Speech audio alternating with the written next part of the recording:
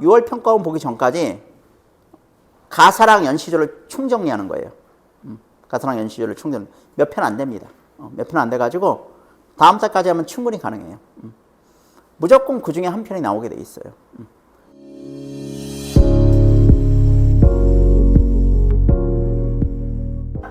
오늘 할 작품도 지금 요 가사 작품입니다. 가사 작품. 꽤 길어요. 길기 때문에 내가 뭐가 중요하다고 그랬어? 부분의 해석보다는 전체 흐름을 파악하는 게 중요하다고 그랬죠.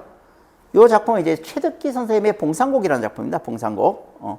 일단 시대계경부터 지금 알고 들어가는 게 좋아요. 글을 읽기 전에 너희가 전체 스토리를 파악하고 글을 읽는 게 더 좋아. 알겠지? 자, 시대적인 배경은 언제냐면 인조 때입니다. 인조. 인조면 너희 뭘로 기억하냐? 그렇죠. 병자호란이죠. 병자호란. 그죠? 병자호란이 이미 끝났어요. 그래서 조선이 항복을 했습니다. 조선을 항복을 했는데 이 최득기란 분은 그걸 인정하지 못하겠는 거야. 명나라를 버리고 우리가 이제 청나라를 섬겨야 되다니 난 그 꼴 못 봐 해가지고 고향으로 돌아가 버렸어요. 고향이 어디냐면 경북 상주예요. 보통 이제 지방 사족들이라고 그러죠. 지방에 있는 선비들의 장점이 뭐냐면 원리 원칙이 굉장히 강하다는 겁니다. 원리 원칙이 굉장히 강하고 단점은 뭐냐면 융통성이 없다는 거예요. 그래서 이제 뭐 이 긍정적인 측면과 부정적인 측면 요런 것들이 이제 보면 작품에 다 반영돼요. 그래서 우리가 이제 지방 사족을 이제 생원이라고 부르는데 지금 생원을 안 좋게 부를 때 우리가 꽁생원 이렇게 얘기하잖아요. 꽁생원이 속이 좁은 사람을 얘기하는 거잖아. 속이 좁은 사람. 융통성이 적고 속이 좁을 때 이제 우리가 꽁생원이라고 합니다. 긍정적으로 얘기하면 신념이 강하고 원리 원칙대로 하고 뭐 이런 겁니다. 이분은 그러니까 굉장히 원리 원칙에 강한 분이에요. 자기 신념이 굉장히 강한 분입니다. 그래서 고향으로 돌아왔어. 너희 경북 상주가 혹시 자연물로는 뭐가 유명한지 아나? 예? 거기 산이 굉장히 유명한 산이 있어요. 상봉산이라고 굉장히 유명한 산이 있는데 그 산 밑으로 항상 큰 산이 있으면 뭐가 있어야지 가장 경관이 뛰어나다고 그래? 강이 있어야 되죠. 그죠? 그 밑으로 이제 낙동강이 흘러갑니다. 그래가지고, 상주 가면 이제 그 많이 구경하러 가거든요. 상봉산. 거기 들어갑니다. 이분이. 자, 그 얘기인데, 조금 전체 내용을 정리를 한번 했으니까, 요 내용을 가지고 한번 스토리를 읊어보자. 일단 서사. 왕명으로 옥주봉 정천대에게 이별을 구한다. 이게 옥주봉 정천대가 전부 이제 상주에 있는 상봉산에 있는 그런 애들입니다. 너희 보통 고전문학 읽다 봉으로 끝나는 애가 나오면 뭐라고 생각하면 돼? 그냥? 산봉우리죠. 산봉우리. 대로 끝나면 어떻게 하면 돼? 예? 대는 뭐죠? 대는 얘들아 우리말로 대는 무슨 뜻이냐면 넓고 평평한 곳을 대라고 하는 거예요. 넓고 평평한 곳. 근데 이게 사람들한테 자꾸 오해를 사게 된 게 뭐 때문에 그러냐면 청와대 있잖아. 청와대. 청와대가 대로 끝났잖아요. 근데 청와대는 건물을 얘기하죠. 그건 이름을 잘못 지은 겁니다. 원래 거기가 우리가 그 경무대라는 곳이었거든요. 옛날에 경무대라고 불렀어요. 그러니까 아마 조선시대 때 거기서 경무를 볼 수 있었나 보죠. 경무를 볼 수 있는 이제 넓고 평평한 곳이에요. 경무라고 하면 보통 이제 문과 시험 같은 거 얘기하는 건데 그런 곳이었는데 거기에다가 이제 청와대를 지은 거지. 근데 이제 이승만 대통령이 하야하고 나서 그 다음에 들어온 게 이제 윤보선 대통령이죠. 윤보선 대통령이 경무대를 이제 청와대로 고치라고 이렇게 지시를 했거든. 아마도 그분 머릿속에서는 화이트하우스가 있었던 것 같아요. 화이트하우스. 미국의 화이트하우스 있죠. 그걸 연상해가지고 청와대 이렇게 지붕이 파라니까 그렇게 고치라고 한 것 같은데 그 이름을 잘못 지은 겁니다. 어디에도 건물에다가 대를 쓰진 않아요. 대는 넓고 평평한 곳을 얘기합니다. 화장대 이런 거 있잖아. 전망대 이런 거. 그죠? 이게 산에 있는 것들은 대부분 전망대를 연상하시면 돼요. 알겠죠? 전망대. 특히 이 경천대라는 곳은 굉장히 유명해요. 아까 얘기했던 그 상주에 있는 상봉산의 가장 명물이 경천대입니다. 경천대. 경천대는 요 경자가 무슨 경자냐면 나중에 나오는데 떠받칠 경자거든요. 뭐를 떠받치고 있는데요? 하늘을 떠받치고 있는 데죠. 그러니까 굉장히 높겠죠. 자, 요 두 개를 굉장히 사랑하는데 얘네들한테 이별을 구합니다. 왜 이별을 구할 수밖에 없느냐? 그 얘기는 이제 맨 뒤에 나오는데 일단 여기 들어온 얘기가 나와요. 시거자회. 시거자회라는 것은 이제 시자가 시작한다는 뜻입니다. 거는 뭐냐면 거주를. 살기 시작했다는 뜻이에요.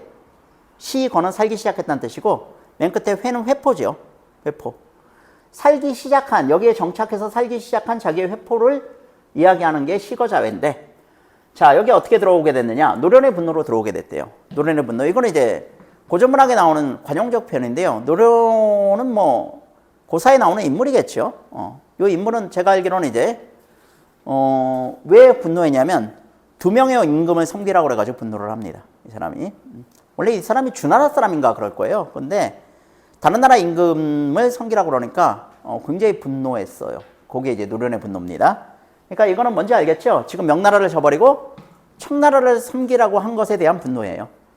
그 분노로 속세와 단절하고 요 상봉산에 들어왔어요. 그래서 여기 천주봉이라는 봉우리 있는데 그 아래에다가 정착을 합니다. 요게 시거자회. 됐지? 그 다음에 이 사람이 정착을 했으니까 그 주변의 자연을 예찬해요. 주변의 자연을 예찬하는데 은거지 주변 거기서 이제 핵심이 뭐야? 자천대, 경천대입니다. 요거를 이제 예찬을 해요. 경천대. 경천대는 원래 옛날 이름은 자천대예요. 이 자천대라고 그러면 하늘이 만들었다는 뜻인데 경천대 옛날 이름입니다. 그래서 원문에는 원래 이 작품 원문에는 자천대로 나오는데 EBS에는 자천대로 안 나오고 경천대로 나오더라고. 그래서 그냥 저는 EBS에 있는 대로 썼어요. 자, 그 다음에 추동서경. 추동서경. 그러니까 보통 이제 가사에는 춘하 추동이 나오잖아. 이 작품은 특이하게 춘하가 안 나오고 추와 동. 이 두 계절의 서경만 나옵니다. 추는 이제 단풍, 꽃, 소쩍새. 요걸 빼놓을 수가 없죠. 기러기. 꼭 나옵니다. 그죠? 달빛. 이런 것들이 쭉 서술이 되고요. 겨울에는 소나무, 낚시, 술, 낮잠 이런 것들이 이제 중요하게 나옵니다. 이걸 즐기는 삶이 나와요. 쭉 나열이 돼요. 그 다음에 은일자락. 은일이라는 게 이제 숨어 산다는 뜻이죠. 은일자락 그러면 숨어 사는 즐거움이에요. 온둔한 삶에 대한 즐거움 이런 겁니다. 세속과 단절된 아름다운 자연 때문에 거친 밥으로 배가 부른 안분지족의 삶을 노래합니다. 여긴 주제가 그냥 안분지족이에요. 요 두 개가 지금 EBS에 빠져 있습니다. 추동서경과 은일자락 이 두 개가 EBS에 빠져 있어요. 자, 그 다음에 소명자겸. 소명자겸은 이제 왕명을 받고 심양에 가기 위해서 행장을 꾸립니다. 왕명이 뭐냐면 얘들아 지금 청나라 심양하면 이제 청나라의 수도죠. 청나라 수도에 지금 인질이 잡혀갔는데 아주 중요한 인질이 잡혀가 있죠. 누구? 예, 소현세자. 세자가 잡혀갔잖아요. 그 세자를 보필하는 왕명을 받아요. 왜냐하면 이분이 기록으로 남긴 걸 보면 이분이 이제 여러 가지 재주가 굉장히 뛰어났다고 그래요. 역술도 뛰어나고 여러 가지 재주가 뛰어났는데 그 중에 하나가 또 침술이 굉장히 뛰어났다고 그래요. 그래서 이분이 가가지고 비서를 하면 세자의 어떤 건강 상태까지 체크할 수 있으니까 그래서 이분을 뽑아가지고 보내려고 했던 것 같아요. 그 명령을 듣고 왕명을 듣고 이 사람 바로 행장을 꾸립니다. 소명이라는 게 명을 받았다는 얘기입니다. 자겸이라는 건 거기에 스스로 복장한다는 뜻이고요. 겸허히 그것을 따른다는 뜻입니다. 명을 받고 왕의 명을 받고 겸허히 그것을 따르는 게 소명자겸. 그 다음에 보훈충정. 보훈충정 뻔하죠. 청에 대한 굴욕을 잊지 않고 충정을 맹세하는 겁니다. 그 다음에 결사. 옥주봉 경천대란 말은 결사에 안 나와요. 안 나오는데 다시 돌아옴을 기약합니다. 얘들아 뭔가 지금 느낌이 있지 않냐? 아까 이별 고하는 걸로 시작했죠? 그죠? 끝날 때 뭘로 끝나? 다시 돌아옴을 기억하면서 끝나요. 요게 옛날 작품답지 않게 완벽한 뭐를 가지고 있냐면 수미상관. 수미상관을 가지고 있어요. 그래서 EBS에 보면 요거 문제로도 나오던데 완벽한 수미상관으로 되어 있습니다. 스토리는 어렵지 않지 얘들아. 요 스토리를 기억하고 요 내용으로 읽으시면 작품이 굉장히 쉬워요. 근데 스토리를 모르고 읽으면 굉장히 어렵습니다. 알겠죠? 지금 우리 목표가 부분에 대한 해석이 아니에요. 전체 흐름을 파악하는 게 우리의 목표입니다. 자, 그럼 가봅시다. 자, 본문을 이제 읽어봅시다. 자, 가노라 옥주봉아 있거라 경천대야. 지금 자기가 가장 애정하는 옥주봉과 경천대에게 이별을 고하는 거죠. 유양 만리길. 유양은 이제 과거 청나라의 수도를 얘기합니다. 청나라 원래 초창기 수도가 유양이었어요. 나중에 이제 심양으로 바뀌거든요. 그러니까 사실 이제 유양 만리길이라고 그러면 청나라 가는 길로 그냥 해석을 하시면 될 것 같아요. 청나라 가는 길이 멀어야 얼마 멀며 그곳의 1년이 오래라고 하려만한 여기서 끊어져야 됩니다. 여기까지가 뭐야? 서사. 왜냐하면 는으로 끝내가지고 연결될 것 같은데 그렇지 않아요. 여기서부터 다시 뭐가 시작돼? 과거 이야기가 시작됩니다. 과거 이야기로 확 돌아갑니다. 상봉산 별천지를 처음에 들어올 때 이 사람이 이제 노련의 분노 때문에, 그러니까 명나라를 저버리고 청나라를 섬기라는 그 노련의 분노 때문에 상봉산에 들어왔다고 그랬죠. 자기의 고향인 이제 경북 상주에 있는 상봉산에 들어옵니다. 노련의 분노 탓에 속세를 아주 끊고 발 없는 구리소 타나 전나기에 싣고서 추풍 부는 돌길로 와룡강 찾아와서 천주봉 석굴 아래 초가명칸 지어두고 고들산 행하방에 정자터를 손수 닦아 낮이야 일어나서 세 달이 돌아올 때 지돌이 없는 거정문과 울 없는 가시처럼 가시사리 뭐 이런 거 몰라도 되긴 하는데 지돌이는 이제 기둥을 얘기합니다. 기둥. 기둥 없는 거정문과 문인데 기둥이 없으니까 어떻겠어? 그냥 주저앉겠지요. 그죠? 없는 거나 마찬가지입니다. 울 없는 가시사리. 울은 울타리잖아, 얘들아. 울타리가 없는 살인문. 이것도 있으라만 하는 거죠. 그죠? 적막한 산골에 손수 읽은 마을이 더욱 좋다. 생애는 내 분서라 단박한들 어떠리. 진짜 단박하죠, 이 사람. 그죠? 가난한 걸 좋게 얘기하면 단박한 거죠. 그죠? 아담하고 소박하다고 해야 되나? 그런 거죠. 자, 그래서 이 부분이 뭐야? 거주를 시작할 때의 회포라고 그랬죠? 시거자회. 됐니? 자, 바로 다음으로 들어갑시다.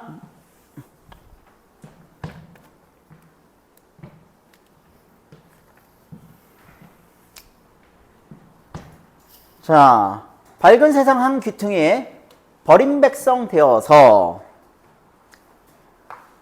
솔과 국화 쓰다듬고 잔나비와 학을 버타니 어와 이 강산이 경치도 좋고 좋다. 핵심어가 경치로 봐야 되겠죠. 경치. 자, 높다란 금빛 절벽 허곡에 솟아올라 구암을 앞에 두고 보통 이제 구암이라고 그러면 거북바위를 얘기합니다. 거북바위. 거북바위.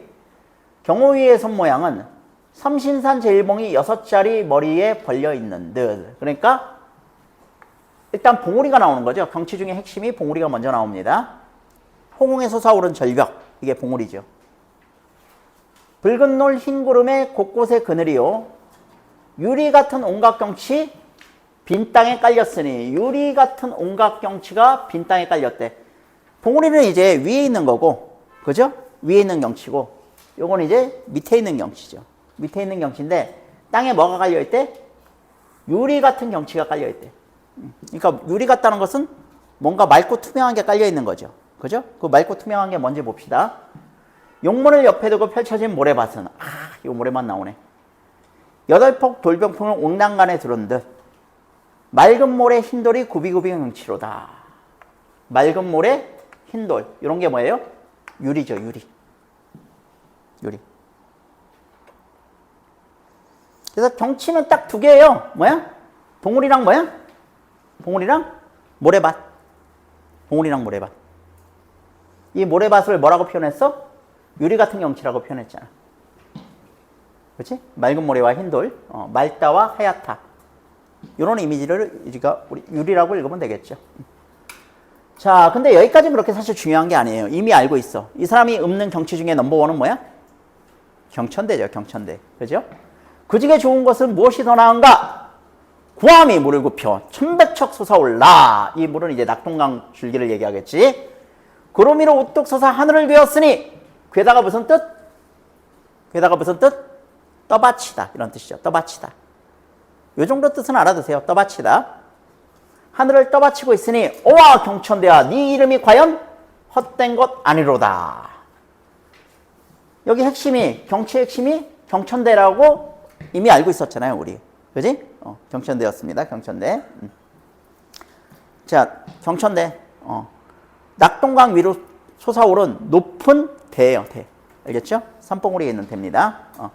경천대 할 때 이거 잘 안 보이시죠? 이 경자가 밑에 손수변이 있거든요. 이 경자가 밑에 손수변이 있어요. 손수변. 손으로 뭐 하는 거야? 떠받치고 있는 거죠. 이게 떠받칠 경자입니다. 떠받칠 경자. 하늘을 떠받치는 게 경천대예요. 그러니까 네 이름 과연 헛된 것이 아니로다. 네 이름이 하늘을 괴고 있는 애니까 헛된 것 아니라는 거겠죠. 됐지? 그렇게 읽으시면 됩니다.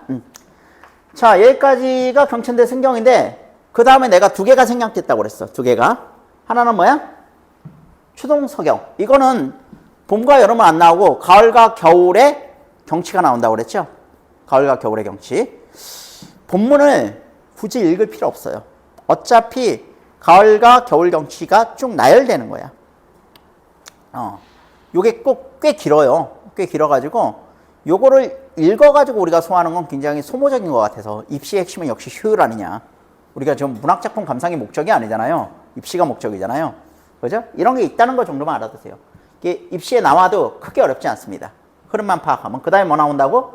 은일자락. 은일자락의 주제는 당연히 뭐겠어? 안부지족이죠. 숨어 사는 즐거움이니까. 그죠? 그러니까 거친 밥으로 배를 불려도 너무너무 즐겁다. 요게 은일자락. 자, 그게 끝난 다음에 이제 다음 얘기가 나옵니다. 다음 얘기 읽어보자. 12. 옳고 그름이죠. 영욕. 영욕이라는 것은 부귀영화와 치욕을 얘기합니다. 부귀영화와 치욕. 옳고 그름, 영화와 치욕을 다 버리고 갈매기와 늙자더니. 갈매기가 늙는다는 것은 관용적 표현이죠. 자연의 동화된 삶을 얘기한다고 그랬잖아. 무심의 마음으로 있을 때만 갈매기와 함께 있을 수 있다고 그랬죠. 무슨 재주 있다고 이 나라에서 아시고. 이분이 재주가 많았나 봐 진짜. 쓸데없는 이 한 몸을 찾으시니 망극하구나. 상주 12월에 심양에 가라 부르시니 어느 누구 일이라 잠시인들 머물겠는가. 그야말로 소명자겸이죠. 명을 받들어 가지고 바로 그 명을 따르는 겁니다. 임금은에 감격하여 행장을 바삐 챙기니. 행장이란 건 여행 장비죠. 3년 입은 옷가지로 이불과 요 겸하였네. 남쪽의 더운 땅도 춥기가 이렇거든. 한겨울 깊은 때 우리님 계신데야. 이때 우리님은 누굴 얘기하는 거야? 당연히 수연세자를 얘기하겠죠. 수연세자. 다시금 바라보고 우리님 생각하니 이국의 겨울달 네 땅이라 바라보며 타국풍상을 어이그리 겪으셨는가. 그 다음에 지금 뜬금없는 표현이 나오는데 높은 언덕 뻗은 치기 3년이 되었구나. 이 치기 3년이 되었다. 고전문학에서 이런 좀 생뚱맞은 표현들은 다 관습자이고 관용적 표현입니다. 이건 이제 어떤 임금이 자기 나라에서 쫓겨나가지고 다른 나라에 가가지고 자기 나라에 돌아오지 못하는 그 심경을 노래한 거예요. 이게 칡나무를 보면서, 뻗어있는 칡나무를 보면서 이 측을 바라본 지도 벌써 3년이 되었구나. 이렇게 읊은 겁니다. 그러니까 고국에 돌아가지 못하는 심정.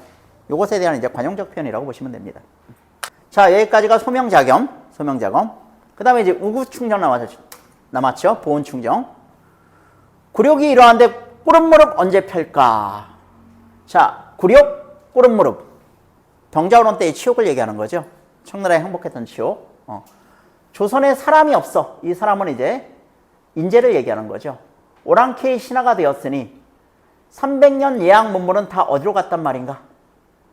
오늘날 프로들이 다 옛날에는 관주빈이라. 이 관주빈은 이제 사신을 얘기합니다. 사신. 지금은 이제 청나라 시대잖아요. 청나라 시대에는 인질들이 끌려가 있어요. 지금. 그죠? 인질들이 끌려가 있는데 옛날에는 인질이 아니라 명나라 시대엔 뭐였다는 거야? 사신이었다는 거죠. 그죠? 이제 청나라 시대와 명나라 시대들을 이런 식으로 대조로 보여주는 겁니다. 포로와 관주빈으로.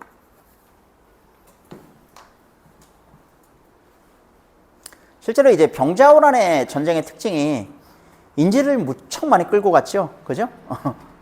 그 이유가 실제로 후금이 전쟁을 수행할 때 가장 문제가 됐었던 게 사람이 되게 부족했었대요. 사람이. 원래 전쟁을 할 때는 전투력도 굉장히 중요하지만 사람 숫자도 굉장히 중요하거든요. 그래서 조선을 침공해가지고 조선으로부터 항복을 받고 난 뒤에도 전쟁은 남아 있었거든요. 이 전쟁을 수행하기 위해서 굉장히 많은 인원을 이제 조선에서 데려간 거죠. 물론 그냥 인질도 있고 그중엔.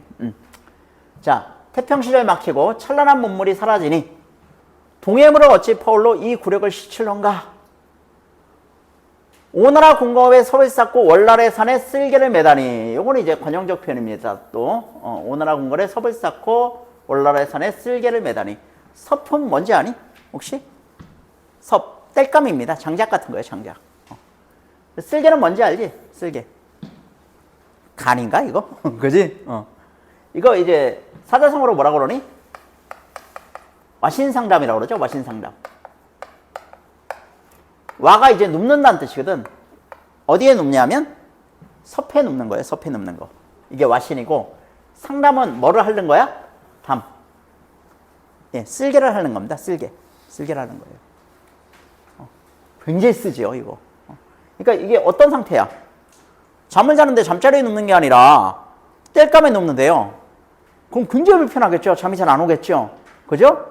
그리고 매일 어떻게 해? 매일 엄청나게 쓴 쓸개를 핥아요. 왜 이런 짓을 하겠냐? 예, 이게 다 복수를 잊지 않기 위한 행위예요. 사람이 몸이 편안해지면, 그죠? 어려웠을 때 일을 잃지요. 그러니까 복수심 같은 것도 옅어지잖아요. 그죠? 그러니까 복수심이 옅어지지 않게 하기 위해서 이런 행위를 하는 겁니다. 거기서 나온 사자성어가 뭐라고? 와신상담. 자, 임금이 굴욕당하면 신하는 죽어야 고금의 도리인데, 고전문학 읽다 이렇게 고금이 나오면 그냥 어렵게 생각하지 말고 역사로 해석하시면 됩니다. 역사의 도리인데, 하물며 우리 집이 대대로 은혜를 입었으니 아무리 힘들다고 대의를 잇겠는가? 어리석은 계략으로 거센 물결을 막으려니. 어리석은 계략은 화자의 생각이죠. 화자의 생각. 거센 물결은 지금 시대의 흐름이고, 그죠? 이미 시대의 흐름은 명나라가 지고 청나라가 떠오르는 게 시대의 흐름입니다. 그죠? 죄죄 없는 약한 몸이 기운집을 어찌할까? 이 기운집은 당연히 기운 국가를 얘기하는 거죠. 나라를 얘기하는 겁니다. 그죠? 방 안에 눈물 내면 아녀자의 태도로다. 참, 우리나라는 가부장제라, 그죠? 눈물 흘리면 아녀자의 태도라고 굉장히 나쁜 것처럼 얘기합니다. 참. 이 원수 못 갚으면 무슨 얼굴을 다시 들까? 악비의 손에 침을 뱉고 조적의 노에 맹세하니. 악비, 조적. 그냥 이 사람들은 충신의 대명사라고 생각하시면 돼요. 충신들에게 맹세하니. 충신들에게 맹세하니. 내 몸의 생사야 깃철처럼 여기고 동서남북 만리밖에 왕명을 쫓아 다니리나. 여기까지가 무슨 내용? 보훈충정이죠. 보훈충정. 자기의 충성심을 쭉 읊은 거예요. 충성심을. 자, 마지막 세 줄은 뭐라고? 마지막 생주. 결산대 이게 서사와 수미상관을 이루는 부분이라고 그랬죠. 있거라 가노라. 가노라 있거라. 아까는 대상도 나왔었는데 이번엔 대상은 안 나옵니다. 그죠? 그냥 동사들만 나오죠. 있거라 가노라 가노라 있거라. 무정한 갈매기들은 맹세기약 웃지 마라. 웃지 마라 비웃지 마라. 성은이 만극하니 갚고 다시 돌아오리라. 됐니? 자, 이 정도 내용으로 보시면 됩니다. 다시 한번 읽으면서 내용을 정리해보자. 서사는 왕명으로 옥주봉 경천대에게 이별을 고하는 걸로 시작합니다. 그리고 바로 과거로 들어가죠. 요건 세 줄밖에 안 돼요. 그리고 바로 과거로 들어가서 시거자회. 거주를 시작할 때의 회포를 얘기합니다. 여기 왜 들어왔다고? 노련의 분노로. 그래서 속세와 단절하고 상봉산 춘주봉 아래에다가 정착을 합니다. 그 다음에 자천대승경. 이건 은거지 주변을 먼저 예찬하고, 은거지 주변이라고 그래야 산봉우리랑 모래밭입니다. 그 다음에 자천대, 경천대의 옛날 이름이라고 그랬는데 이 경천대의 승경을 예찬합니다. 그 다음에 추동서경과 은일자락, 이 두 개가 빠져 있다고 그랬죠. 추동서경은 추에, 단풍, 꽃, 소쩍새, 기러기, 달빛 이런 게 쭉 나열이 돼요. 꽤 긴데 굳이 안 읽으셔도 된다고 그랬죠. 동, 소나무, 낚시, 술, 낮잠 이런 게 쭉 나열이 됩니다. 은일자락은 세속과 단절된 아름다운 자연 때문에 거친 밥으로 배가 부른 안분지족의 삶이다. 안분지족만 기억하시면 되고, 그 다음에 여기부터는 다시 읽은 겁니다. 소명자겸, 왕명을 받고 심양에 가기 위해서 행장을 꾸리고 보훈충정, 청에 대한 굴욕을 잊지 않고 충정을 맹세한다. 와신상담 같은 거 나왔었죠. 그죠? 네, 마지막 결사. 요번에 옥주방 경천대는 안 나왔어요. 안 나왔는데 동사는 똑같이 나왔습니다. 그죠? 있어라, 나는 가노라. 이런 동사는 계속 반복돼서 나왔어요. 그러니까 똑같지 않고 변화를 준 거죠. 요게 진짜 수미상관이에요. 똑같으면 수미상관이 아닙니다. 똑같이 써도 사실 의미는 조금 달라요. 자, 그래서 다시 돌아옴을 기약하면서 이 작품이 끝납니다. 어렵지 않지, 얘들아? 이 흐름을 잘 기억하고 있으면 돼. 됐지? 이제 풀고. 보기와 관련하여 화자의 심리나 상황을 설명한 내용으로 적절하지 않은 것. 보기 읽어봅시다. 병자호란은 1636년 인조 14년에 청나라가 친명 정책을 유지하던 조선을 침입하여 일어난 전쟁을 말한다. 전쟁에 패배한 인조는 삼전도에서 청나라 태종에게 군신의 관계를 선언하는 굴욕적 예식을 치러야 했고, 청나라는 소현세자, 복림대군과 척하파 등을 볼모로 붙잡아갔다. 봉상국은 작가인 채득기가 볼모로 잡혀간 세자와 대군을 모시러 청나라 심양으로 떠나던 1638년에 지은 작품으로 작품 속 화자의 상황은 작가의 실제상과 관련이 깊다. 자, 하나하나 확인하면서 정리합시다. 화자는 왕명을 받아 청나라로 떠나는 자신의 상황을 염두에 두고 요양 말리길이 멀어야 얼마나 멀겠냐고 말하며 스스로의 마음을 다잡고 있다. 맞죠? 화자는 조선이 병자호란에 패배하고 청나라에 항복한 사건을 떠올리며 그로 인해 자신이 밝은 세상의 한 귀퉁이에 버린 백성이 되었음을 밝히고 있다. 맞죠? 버린 백성이라는 표현이 있었어요. 화자는 삼전도의 인조가 청나라 태종에게 군신의 관계를 선언한 사건을 두고 조선에 사람이 없어 오랑캐 신하가 된 일이라고 평가하고 있습니다. 인재가 없다고 얘기했지요. 화자는 청나라의 볼모로 붙잡혀간 소현세자 등을 한겨울 깊은 때에 우리 힘으로 제시하면서 그들이 심양에서 겪은 어려움에 대한 안타까움을 드러내고 있는 거 맞고요. 그럼 5번이 틀렸을 텐데, 화자는 굴욕적인 사건을 그냥 지켜보아야 했던 과거의 상황을 아쉬워하며 어리석은 계략으로 거신 물결을 막아낼 수 있다는 자신감을 드러내고 있다. 자신감 같은 거 없었죠? 오히려 어리석은 계략으로 이 거센 물결을 어떻게 막을 수 있겠는가 하는 안타까움이나 자괴감 같은 게 보였습니다.